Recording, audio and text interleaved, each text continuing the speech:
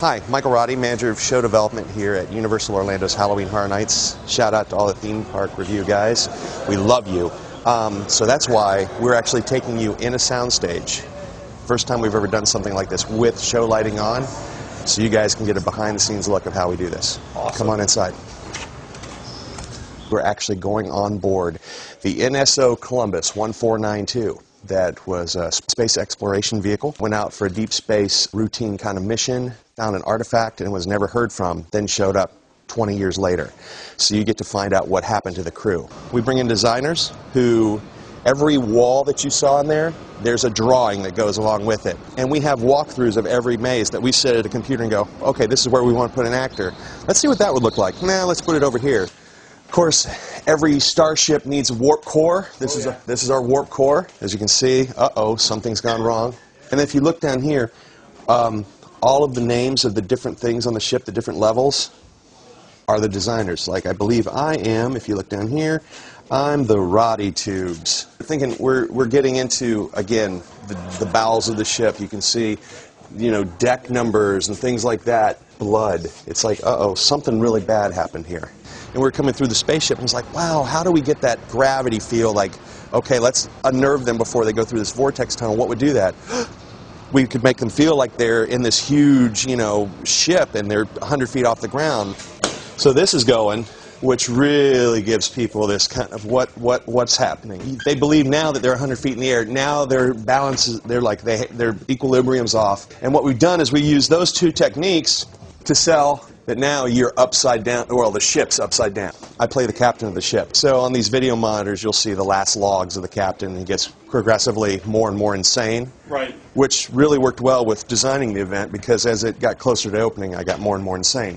Then you come face to face with the artifact. What most people don't know about this artifact, it's actually E.T.'s spaceship. We had a replica of E.T.'s spaceship from another attraction that was in the warehouse, and we were like, what a neat kind of homage to put that in Interstellar Terror.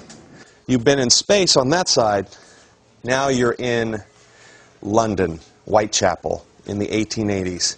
Body collectors are a series of characters we came up with that are these silent collectors. They collect body parts, they harvest body parts, and they keep them. Some of this stuff might not even read, but we have, you know, playbills that have been aged down from the time that have been posted everywhere. Dorset Street, you know, you see the light coming from the sewer grate, things like that. Just really kind of creates like you're in this environment. This is a really cool kind of effect. What we have is a victim that's laying here.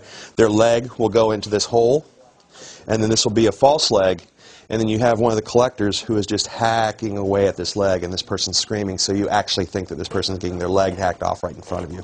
This is the ILO and Roddy barber shop, and we didn't see it until they kept it from us until they actually started building. This is a guy that's being dissected live.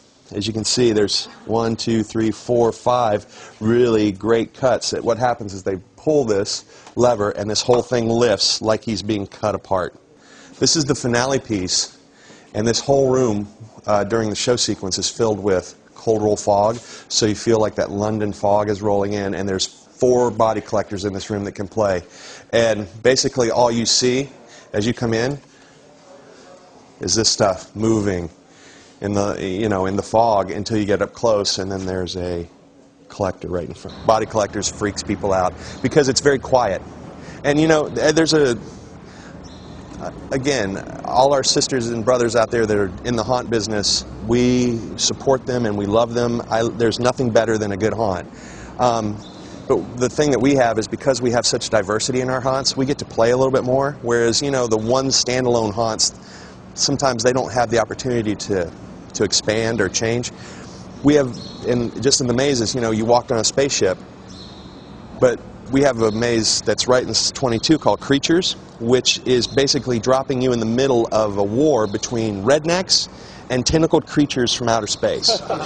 So that's a war zone, and that's nothing but blood and gore and splatter, and it's awesome, and it's, you know, run through the jungle, and Creedence Clearwater Revival, and rednecks coming out at you, and, you know. But then you have body collectors, which is more of an elegant presentation, and the body collectors don't speak. So there's just something, you know, that you take away that, and you start putting people into a quiet environment, that freaks them out. So, you know, Horror doesn't have to be loud. That's a misdirection, I think. You know, you go through a lot of mazes, and it's like, la, la, la, la, la, shaker cans and banging. It's like, the body shuts down after a while. You know, it's a protective mechanism, you know, just like startle scares. That's why we try not to do everything like, ah, ah, ah, because after about 4 of those, your body goes, I know what's going to happen, so I'm immune.